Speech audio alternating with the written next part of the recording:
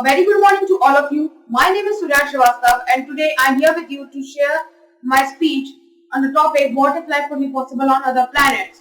So, if we want a life could be possible on other planets or any planet, it should satisfy three conditions: land, water and air.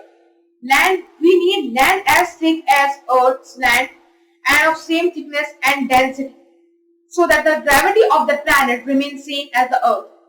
We also need water on its surface, and air, it's a very most important component if a living being want to survive.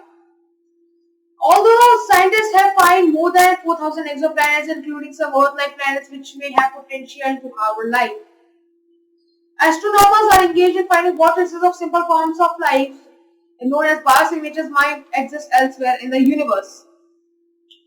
The nature of search has changed as well. A civilization by nature needs a source to produce energy. Although life may exist in any form, but it is always based on physical and chemical principles.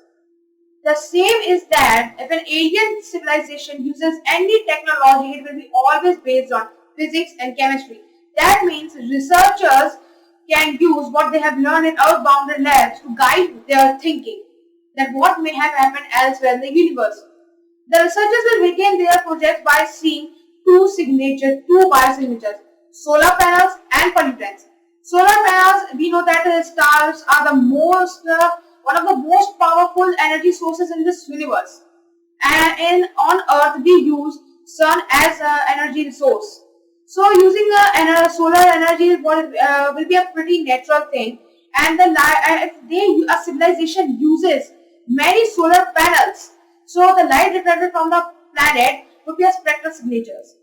Now talking about pollutants, so we can find the traces of simple forms of life, biosignatures, by the gases present in that atmosphere. So for example, the biosignatures study deals with the presence of chemicals like methane, which are the simple people that produce. CFC and the artificial gases, which will indicate the presence of industrial civilization. So, if you like my speech, please, thank you.